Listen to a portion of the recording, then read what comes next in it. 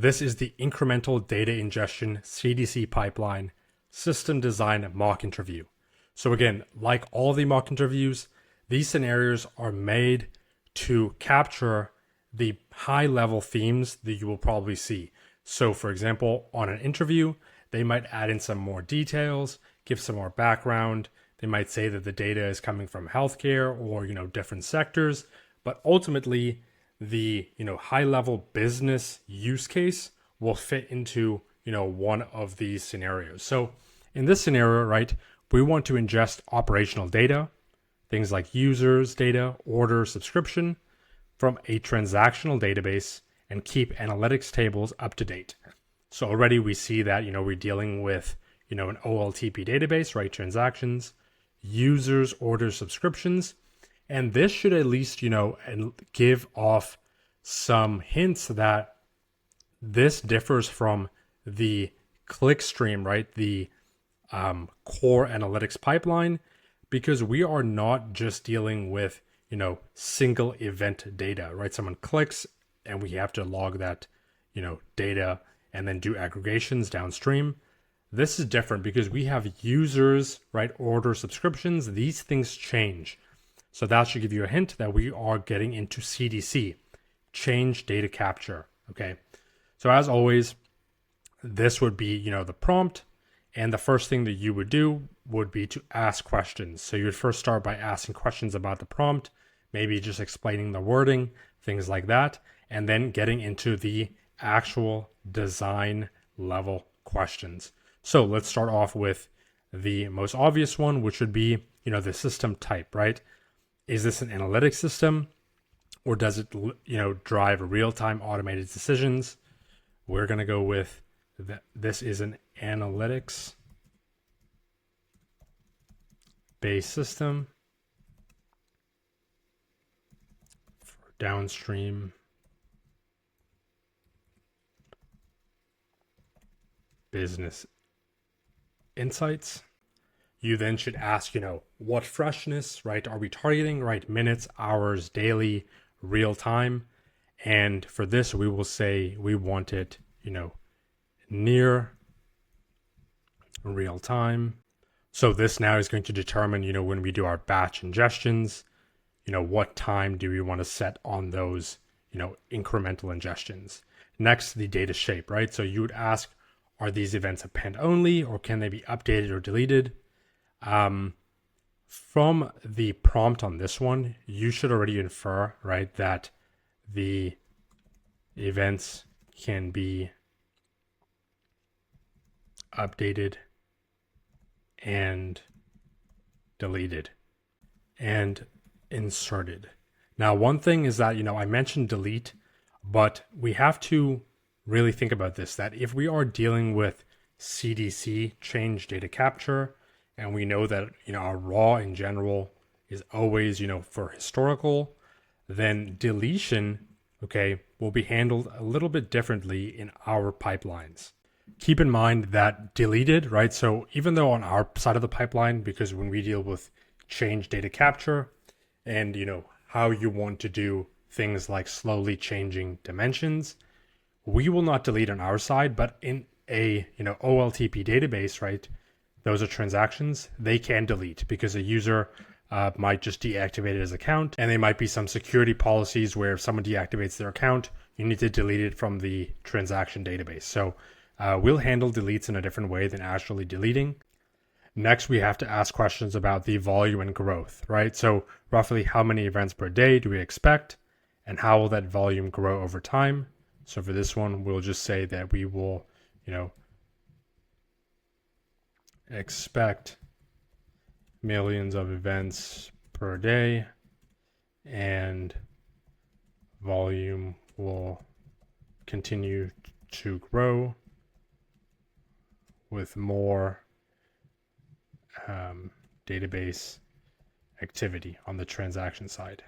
So this right here, right, expect millions of events per day, right, and volume will continue to grow. This tells us that number one, this needs to be able to scale, okay?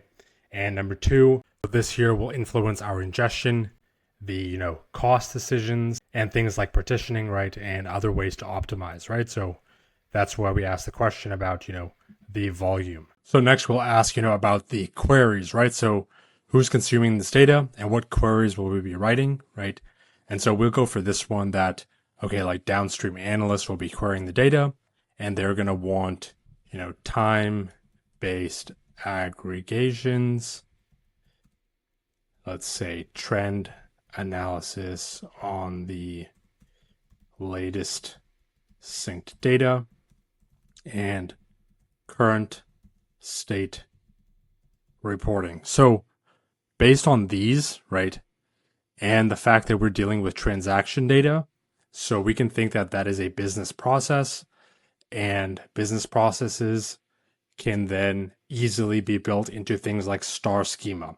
So that more analytics data model, which will, allow us to answer questions like time-based aggregations, trend analysis, right, over time, because we then have, the fact, we have dimension tables. One of them will be a time dimension, so we can write those queries. Latest synced, and then current state reporting, okay, this will be solved with our silver table. So in this case, because we're dealing with, incremental ingestion and changed data capture, our silver table will constantly be updated for the most current state that that event is in. Whereas when we had that clickstream design, right, the analytics pipeline, that one was slightly different because our data was never meant to change. We were just supposed to log, one event that happens, right, not allow duplicates, but we never really had to, make any logic to keep a single event as current and then do something with another event and, expire it. So that's the difference here. And then backfills and reprocessing. Do we need the ability to reprocess historical data if logic changes or bugs are discovered? And we will say, yes, we need the ability to replay CDC data or rebuild tables. And then data trust, right? So what is the impact of dashboards are delayed or contain incorrect data? So again, because we're doing incremental, this is about, mimicking the transaction database for analytics. We will say that data needs to be correct over speed. And we already defined up here that the freshness and latency we will be doing, near real time to an hour, meaning we will do a batch ingestion. We could do micro batch. So again, you could bring that up that we could do micro batch, and micro batch is, a lot easier on, reducing errors because you're dealing with less data in every run. But obviously you would be, giving up cost, right? You'd have to pay more for micro batch. So if you don't really need the data right then and there, then batch should be fine. So now that we've asked, all the questions that we kind of need, again, on a real interview, this would be more of a conversation. You'd be thinking and remembering things, as you're thinking about this problem.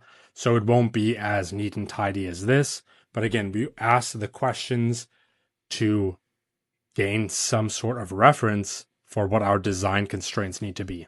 So you can then, say back to the interviewer, right? So we'll be building an analytic system, right? Ingesting mutable operational data, right? Because we're coming from a OLTP transactional database. We'll use CDC to capture the inserts, updates, and deletes, and apply idempotent upserts downstream and support reprocessing to guarantee correctness. Now, again, this is, obviously the best phrase to put it on a real interview. You will probably not say it exactly like this. That's fine. I'm just kind of highlighting all the things that we care about when we are building this to get this, solution correct. So let's first start with where we are on the OLTP database. So right here, we have our source. Okay. So this is our source. It's transaction data. Again, transaction database. It's designed for writes, not really for, going in and writing SQL queries. The data is normalized. There's a lot of tables in there. And again, it's just for transactions, right? As the business is running, it's inserting data, updating the data, deleting the data very fast. So this is going to be our source. So the first thing that we are going to then mention is that this source will have to be connected to some form of CDC, right? So this is the change data capture. So within the OLTP database, you might have a user called A, okay?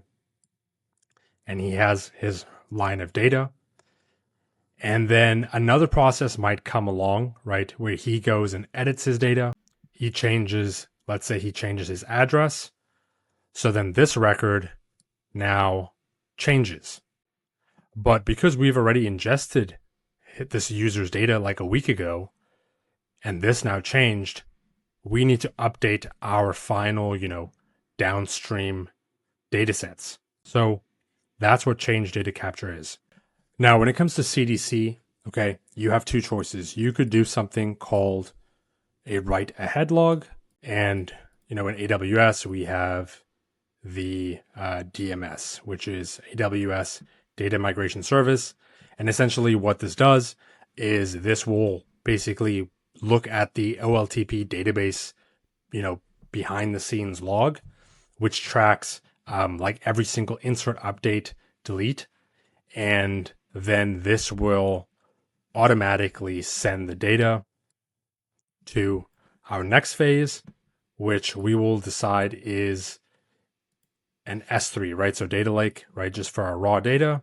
And this is just collecting all the raw data and its append.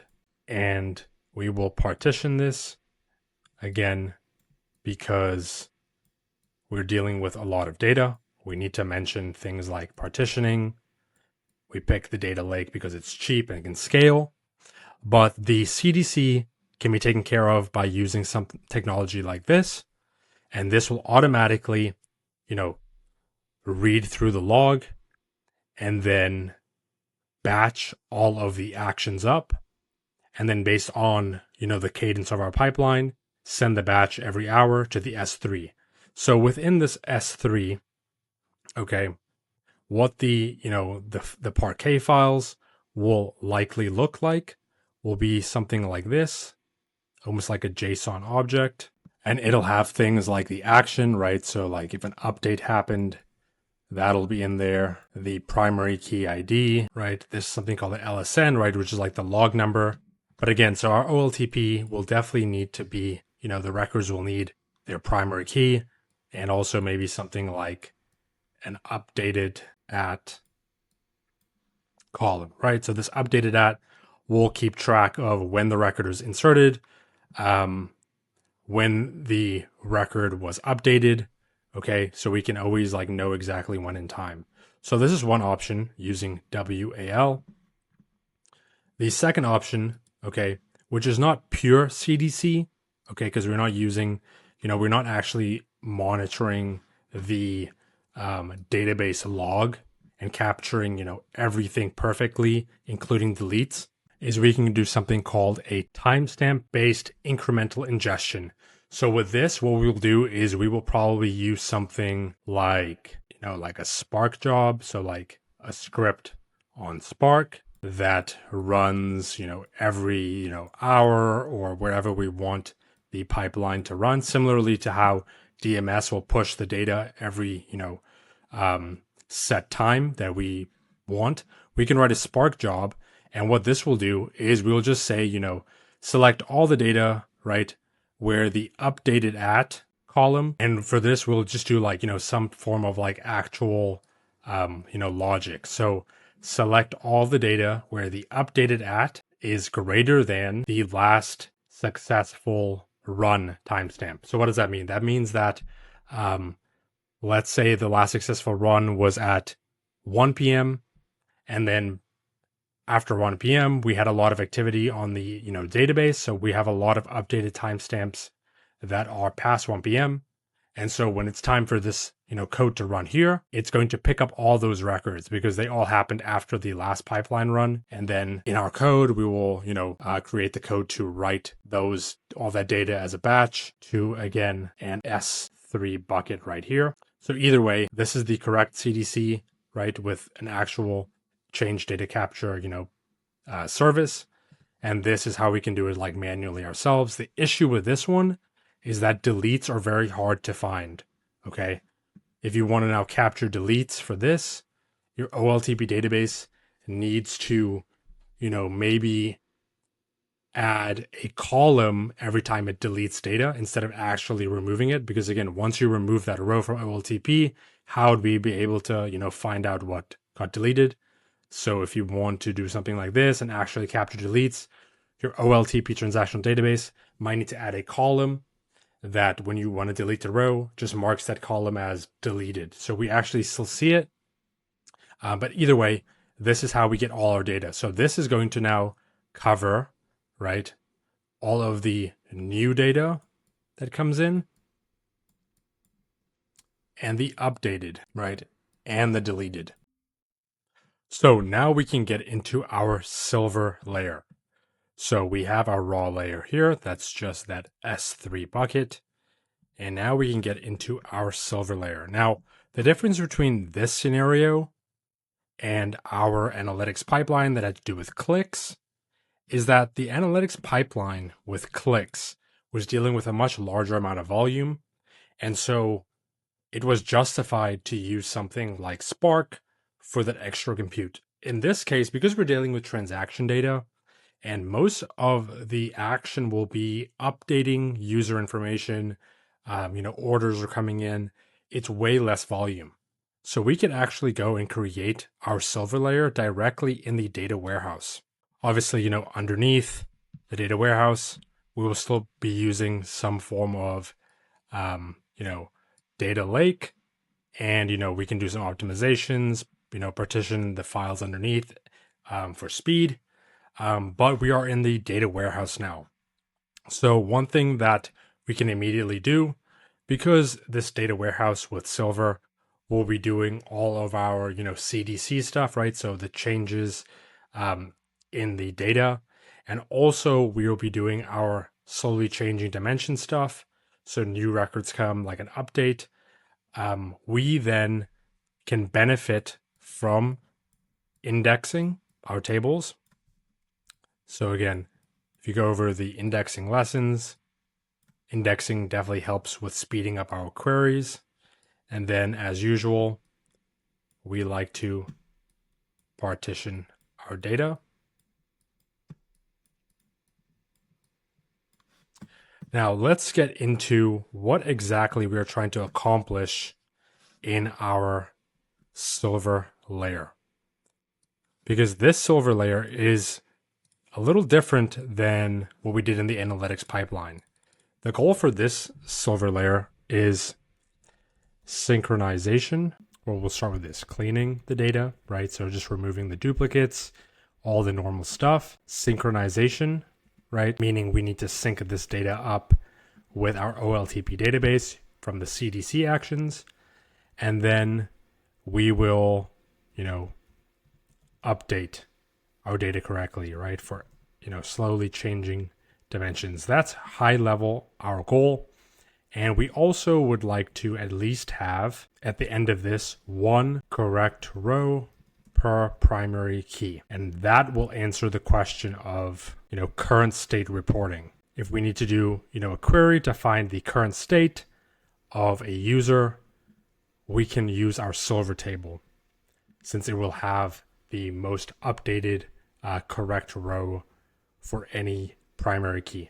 So if we just look at the logic, again, this will be in our data warehouse. So we will probably use something like, Snowflake. And again, you can use any tool over here. So we use Snowflake and we will start by, cleaning the data, deduplicating it. So we need some logic for that. We will then more than likely, break up silver logic into many silver tables. So this is just because, realistically, when we read the data from raw, we might read all the data into a table that's, we just deduplicated and cleaned it up. So that is just, silver clean with just the data straight from raw. Then we create another table after that where, we go and, apply the CDC logic, right? So apply CDC logic. So now getting into the, the order of operations for how this logic will work, right? At a high level, because again, for the system design, you won't have to go and write this, right? This gets more complex, but, we obviously, will first read the CDC change, right? So we know a change is needed. Then we will do SCD, right? And that would be type, whatever type we do for a specific column, right? So we can update the current flag, add history, etc. So let's say, from over here, our object, as we see here, was an update with an ID and an LSN. So we read it, we know an update needs to be taking place.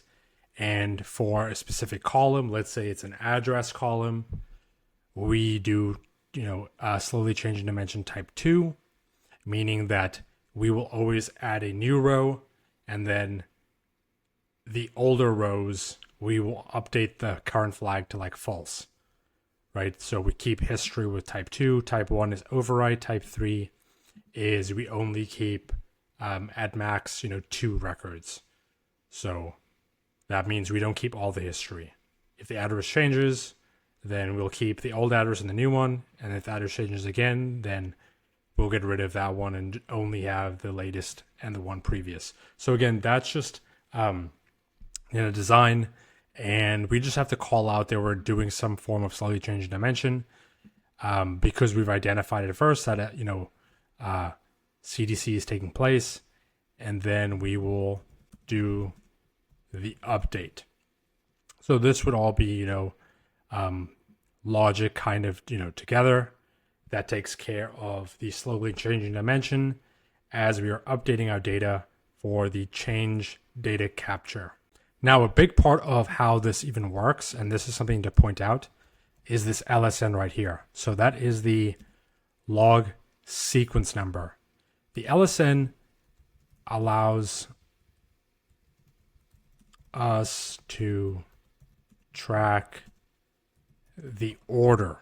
Okay, so this will also help us fix late arriving data and keep the updates in order because the LSN ties back to what actually happened, on the OLTP database. So the update 100 has to get executed over here first, then 101, then 102, then 103, and so forth. So that brings us, completed with silver.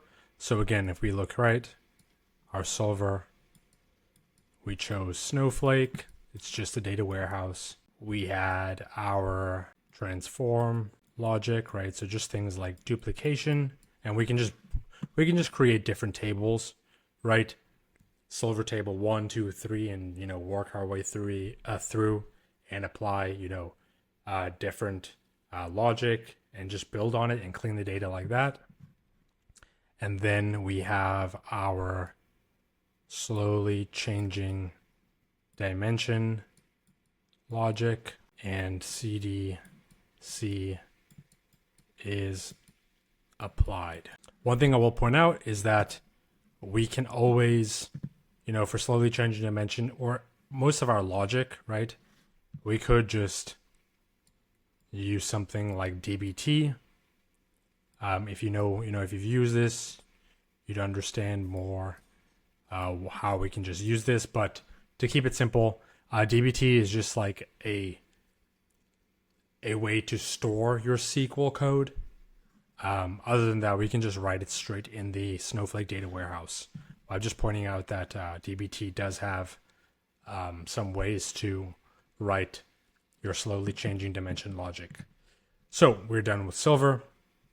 we can then get into our final table or our final layer, which would be gold. So again, we would still be in our Snowflake data warehouse for this. It would be another table, and this is where we still have our data more than likely built on a data lake, right? This is our data warehouse, and this is where the analytics will take place. So this is where our analysts can go and query the data and where some of our dashboards will be pointing to. So let's think about what we want to do in gold. Okay, so our data is now, in silver. That's clean data. We know that data is true. So let's first call out, the easy ones for the gold, things that we'd want to do here.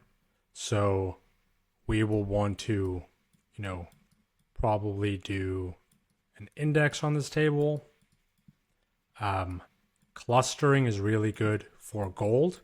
So clustering will, store similar rows physically together.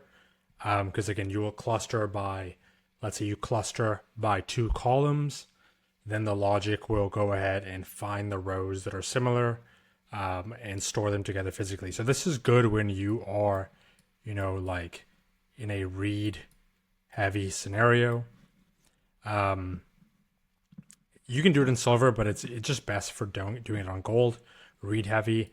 And then again, the basic things, you don't want to partition your data. One other thing that I just want to note down here for silver was the main logic is merge up here, and this ingestion, right, is pretty much coordinated by the LSN, right? So the LSN is how we do our incremental, but the ingestion right here will be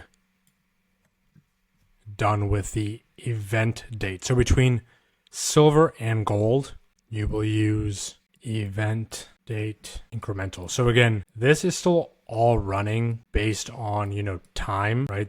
These batch jobs are running on time. Airflow is like, kicking these jobs off every, hour or so. But the logic for how much if data fits in a batch, right, in this incremental batch is dictated by this, right? So for on this side, the LSN is like, like the logbook. It knows exactly where's the last CDC update that we've seen that we need to apply here. And then for this one, it's like, it ingests all the data where event date is like greater than event date minus 1 or 2 days.